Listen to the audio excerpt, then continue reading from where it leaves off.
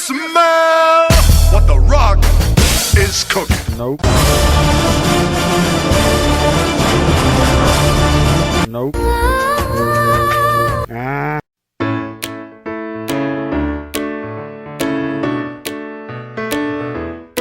Hello!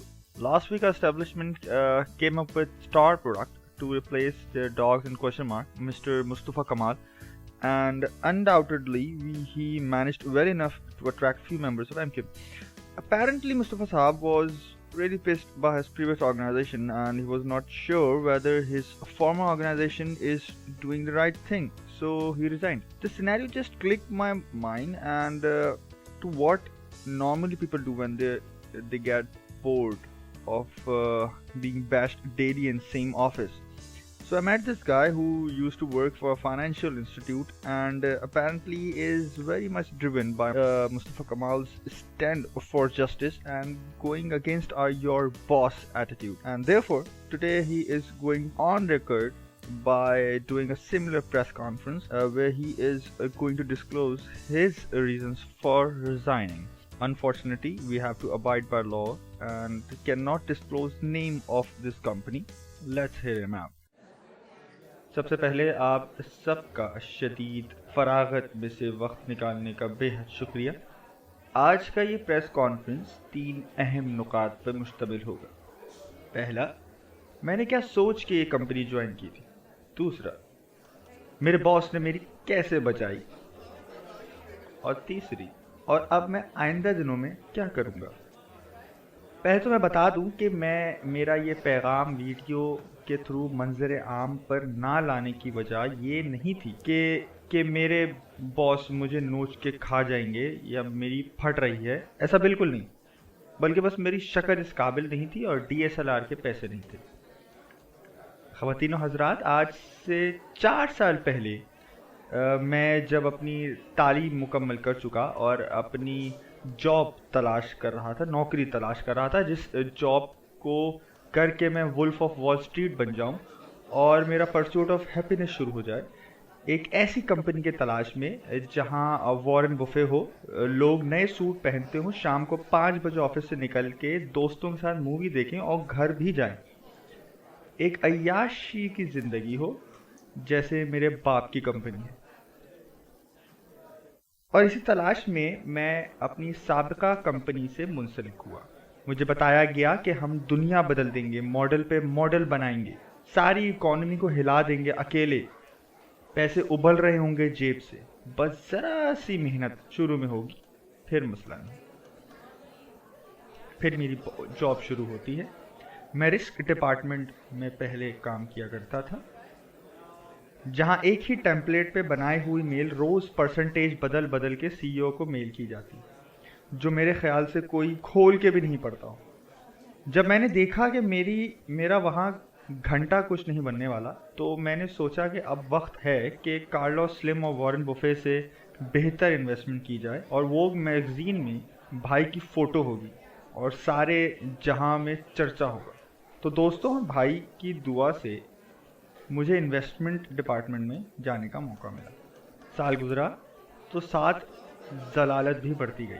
2 रुपए का भी मॉडल नहीं बनाया, टके की इकॉनमी नहीं हिलाई।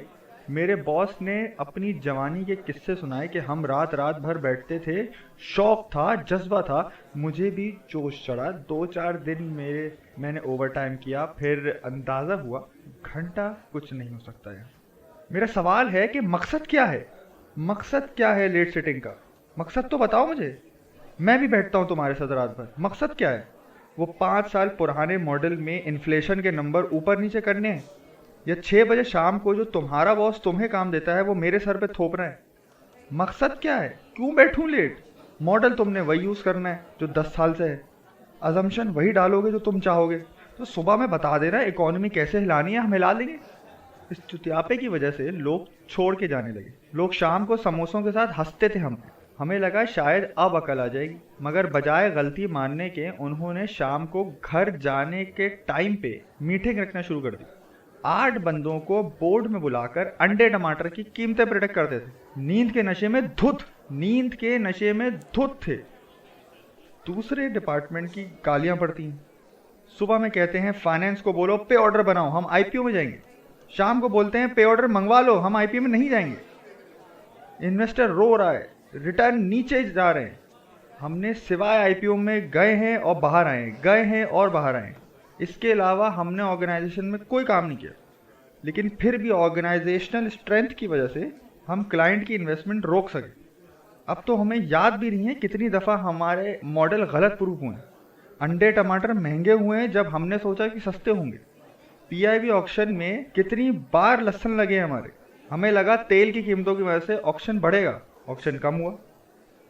जब कोई ज़रा सा तब जाए तो पोटेंशियल नज़र आता है उसमें, अचानक से और कैपेबिलिटी नज़र आ जाती है। 2-4 काम और पकड़ के दे देते कि बेटा मुझे तुम में पोटेंशियल नज़र आ रहा है। दोस्तों के बच्चों को इंटर्न लगाते हैं, ढक्कनों की फौज जमा करके रख दी है क्योंकि वो एसीसी हैं या सीएफए हो रहे हैं, और फिर काम में डिले होता है तो हमारी बजाते हैं। भाई टीम तो देखो, अपने फुप्पो के बच्चों को भरा है, मेरिट की बत्ती बना दी है, काम कैसे होगा, कैसे अचीव होंगे गोल? और यहाँ टीम की मीटिंग करते हैं, मोटिवेट करते हैं, झूठे वादे करते हैं और अप्रोचल के टाइम पे डी ग्रेड देते हैं। और यहाँ मोटिवेट करते हैं, एचआर के सामने, सीईओ के सामने हमारे भंड बताते हैं। जहाँ छुपाना था वहाँ छुपाया नहीं, वहाँ सब बता के आ गए और अपनी टीम को कुछ और ही कहानी सुनाते हैं। सब सोच रहे होते हैं कि इस टाइम 10 बोनस पक्का है, जबकि असल में बोनस ट्राई स्टार के पैसे भी नहीं मिलते। अब मैं पॉइंट नंबर 3 पे आता हूँ। टाइम कम है वरना I can go on and on, on and on, I can go on and on. बहुत बजाई है उसने, बहुत बजाई। अब मैं बताना चाहता हूँ कि मैं क्या करूँगा।